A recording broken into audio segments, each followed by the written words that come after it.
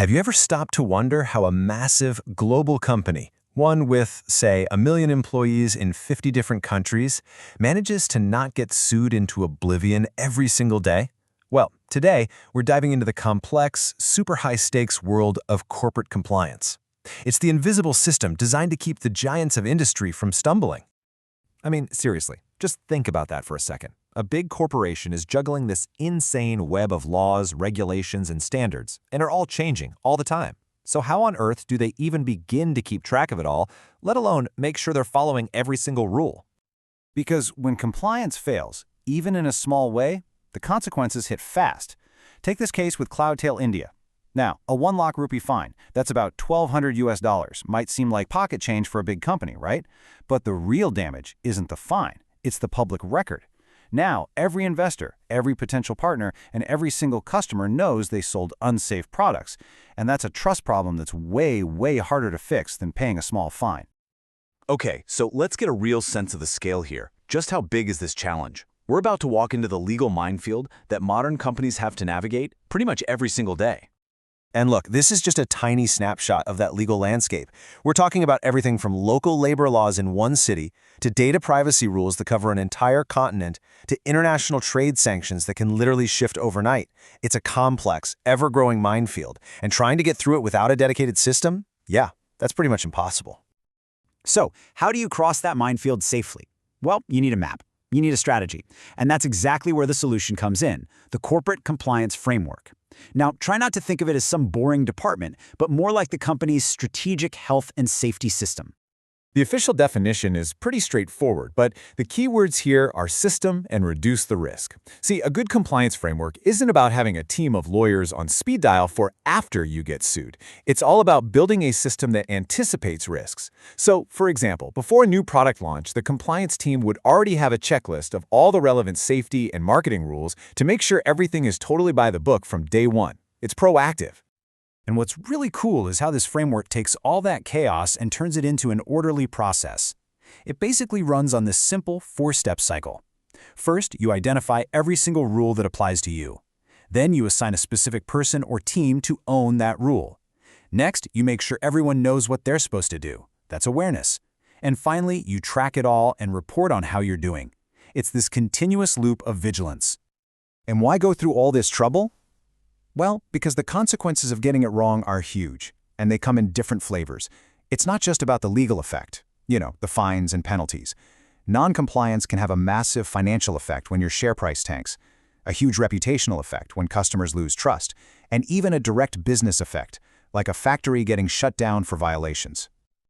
So, managing all these risks takes a lot more than just good intentions. It actually requires a dedicated toolkit. So let's break down the 3 essential tools that really make a compliance framework tick. All right, these are the 3 core pieces that make the whole system work. You've got the compliance chart, the compliance advisory, and the compliance scorecard. Each one plays a really specific, really crucial role in keeping the company on the straight and narrow. Okay, first up, the compliance chart. You can think of this as the foundation, the master plan for everything. It's a single, central document that maps out every applicable law, the potential risk if you break it, and, this is the most important part, who in the company is responsible for making sure you don't. It creates total clarity and accountability. No more pointing fingers. Next, you have the advisory function. Think of this as your internal guide, your own on-call legal expert.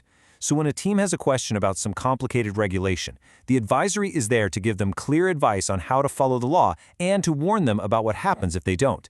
It's basically the framework's brain. And finally, the compliance scorecard. This is where the rubber really meets the road. It's a dashboard that tracks how you're doing on compliance in real time. It's kind of like your car's dashboard. If a little warning light comes on, let's say a team is falling behind on their required training, it gets flagged immediately. This lets managers step in and fix the problem before it turns into a major breakdown. But of course, tools are only as good as the people who use them. A framework like this can't just exist in a binder on a shelf. To really work, it needs the right people and, maybe even more importantly, the right company culture. This quote from Maruti Suzuki's compliance program is just so powerful. It's not compliance begins with the legal department. No, it's compliance begins with me. This just perfectly illustrates the point that for a framework to actually work, every single employee has to feel a sense of personal ownership over it. And this idea of shared ownership is baked right into the company's structure. You see, at the very top, you have management setting the tone and approving the big policies. In the middle, you have the heads of different departments, making sure the policies are being followed in their teams. And then, on the front lines, you have compliance officers handling the day-to-day tasks. It's this clear chain of command that makes sure everyone is accountable at every single level. So we've looked at the problem, the solution, the tools, and the culture. But let's wrap up with the biggest question of all. Why does any of this actually matter? Well, it turns out the payoff goes way beyond just staying out of trouble with the law. A strong compliance framework is actually a massive strategic advantage. It builds public trust and makes your brand stronger. It saves you an absolute fortune by avoiding fines and lawsuits. It creates a better place to work, which helps you keep your best people. And it gives you incredible credibility with the investors and regulators who kind of hold your company's future in their hands. Ultimately, it's how you get known as a good corporate citizen. Which leaves us with this one final thought. So many companies still look at compliance as just another expense, another line item on the balance sheet. But when you really look at all the risks it prevents and all the value it creates, you have to ask yourself, is it really a cost, or is it actually one of the smartest, most valuable investments a company could possibly make?